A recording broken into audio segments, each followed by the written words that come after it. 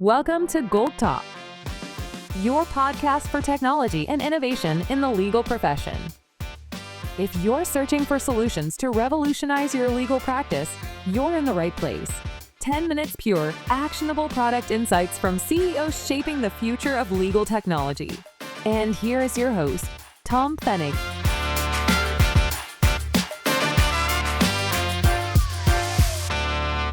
Hi everybody, welcome to GOLT Talk, your podcast for innovation in the legal and compliance space. 10 minutes, actionable insights from CEOs shaping the future of legal technology. It is my pleasure to welcome Min-Kyu from IVO, based in San Francisco, California, to this episode of the GOLT Talk. Hey, welcome Min-Kyu. Hey Tom, great to be here.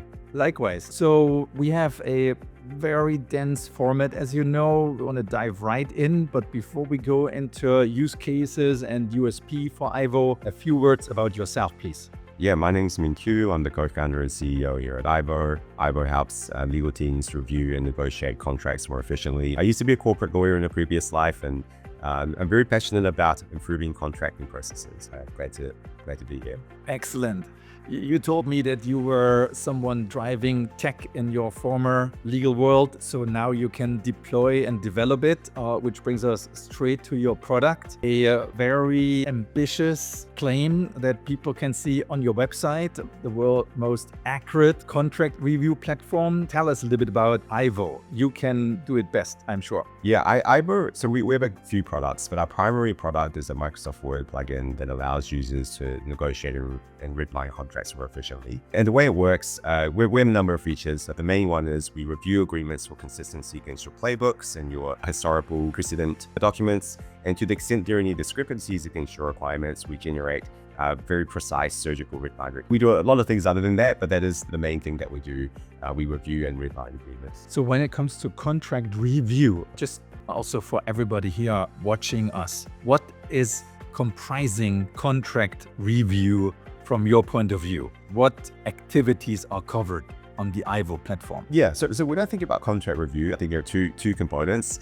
One component is just the intellectual sword dance you have to do with the counterparty. We decide, what am I willing to give up? What do I want in exchange? What is really important to our client? How do we get to this mutually beneficial outcome? And that's really exciting, and that's really challenging and fun. And then this other component to contract negotiation, which is the actual work you have to do within the document. How do you turn these conceptual ideas into reality? How do I make sure that I surgically redline this provision in such a way the counterparty will accept it? How do I craft the correct comment so the counterparty doesn't get offended? How do I make sure that the section references are all correct, or there are no inconsistencies of definitions? How can I make sure that I don't miss anything in my checklist of requirements? I think it is very mundane day-to-day drafting kind of tasks that any lawyer or any legal professional has to go through. That's not so fun and not so exciting. And that's the part that we help with, and we do a very good job. So it would be redlining, comparison, version control, submission. Reviewing agreements for flags, for risks, whether they're part of your playbook or they're not part of your playbook, they're just generic issues. Reviewing counterparties' red lines and try to come up with compromise positions. Reviewing agreements for consistent use of definitions or clause references, and then generating the actual red line and the actual comments that you want to give to the counterparty. And you use the word playbook. I think many of the viewers know what you mean by, but still maybe a quick explanation. What is a playbook? But a playbook is some sort of document that reflects the preferred negotiating positions you have as a company. And I always say that there's no playbook for playbooks. Playbooks we've seen range from the 4 or 5 bullet points of a Microsoft Word document to 300-page extravaganza. But it gives clarity and predictability within an organization, what is negotiable and what not. And I think it's a prerequisite also for streamlining and accelerating the contract drafting and review process. Would you agree? Yeah, I think playbooks obviously have very obvious utility. A lot of legal teams don't have playbooks because they take time to create. But I think the larger the legal team is, the more important it becomes that you have some sort of enforced standard across the entire organization. Excellent. And before we move on to partners and competitors, the accuracy part, can you talk a little bit about that? Yeah, the first thing I say with accuracy, and the kind of lawyer has, there is no publicly available third-party benchmark for reviewing the accuracy of redlining tools. And that's unfortunate. It would be great if there were. And when we think about accuracy for a tool like ours, there's really a few components. Like the first is, does it spot the correct issues? Number two is, does it generate high quality red lines? And high quality red lines is like some degree of subjectivity there, but generally you want red lines to be as surgical as possible and to make the minimal necessary changes to achieve the position that you want. And then does it insert the red lines in the correct position? And there are a few other ancillary factors as well, but those are the main things we focus on when it comes to accuracy. We're quite confident at this point we have the most accurate redlining tool in the market. The reason we know this is every time we go to an evaluation process where companies are trying our tool against sometimes 10 or even 20 plus other competitors, one of the things we explicitly try to figure out is how accurate is this tool compared to others. And the overwhelming majority of the cases we're chosen as the vendor who is the most accurate. And there are a few things that we do well here. The first is that every time we run a review of a contract, we're chaining together over 400 model cores. So we're not just passing the contract into ChatGPT. We have this very robust and sophisticated pipeline for breaking down the way we review an agreement. The second thing we do well is there's this problem that you may have seen if you upload a very large document into something like ChatGPT or Claude, where it's almost like even if the model can accommodate, the context window is large enough to accommodate the document, it's almost like it's spreading its IQ points across every single token or every single word in the agreement. So the longer the document gets, the dumber the model gets. And the way basically every vendor that I'm aware of tries to tackle this problem is they break up the agreement into chunks and they pass in the relevant provision into the model at the time the query is made. But the problem with that approach is that contracts are not completely modular. Every provision, when you edit it, you have to take into consideration, does this have downstream implications on other provisions within the agreement? All provisions with contracts are very cross-referential by nature as well, whether those are explicit cross-references to section 2.3 or 2.5 or whatever it is, or implicit cross-references, like a defined term where you need to look at the definition on page 2 in order to be able to interpret the provision accurately. So just like really small things. When we review a provision and we make a recommendation, we're always thinking about what are the flow-on implications of changing this provision. Does it counterparty use a definition or a defined term? And do we want to change the way we generate the red line to incorporate that definition?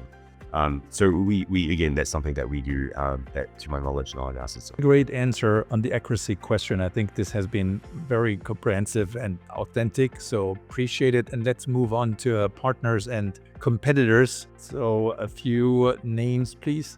There are a few different buckets of competitors. We had the direct point solution kind of startups like us who have emerged in the last couple of years when the circuit really began. And then I guess the more well-known competitors would be the CRM solution. So companies like Agiloft or Ironclad or there's a million of them out there.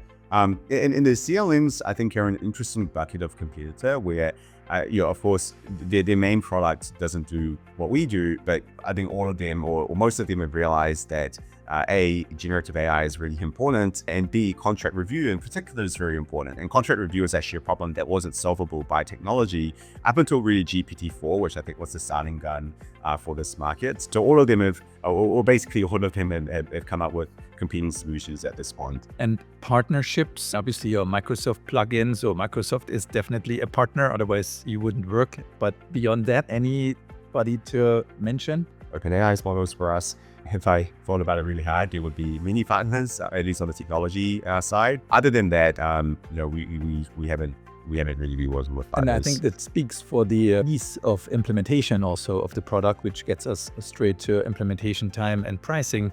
You're not really necessitating the input of a large implementation partner. It's a very simple process. Maybe you can explain what it means to get Tyvo on your computer. That's a really good point. The question almost, I wasn't sure how to answer it when you asked it. And then I realized, of course, most people are used to legal technology requiring a very heavy implementation process because there's a huge change management involved in onboardings. And of course, you need technology partners to work with. I think something like DocuSign CLing, for example, you're required to work with like a Deloitte or whatever to actually onboard. I think one of the great things about AI native solutions is you can actually obviate the vast majority of the need for a complicated implementation process. In our case, there is some implementation that's required to get the most value out of the tool, but it is relatively straightforward. We onboard all of our customers within a month, usually within a week. The extent of the implementation processes, we need to create playbooks for you if you don't have playbooks already, or to the extent you already do have playbooks, we need to make sure that they're formulated in the correct way. But wouldn't you agree, aside from the tech, that the change of process within the contracting part is the biggest impediment to overcome?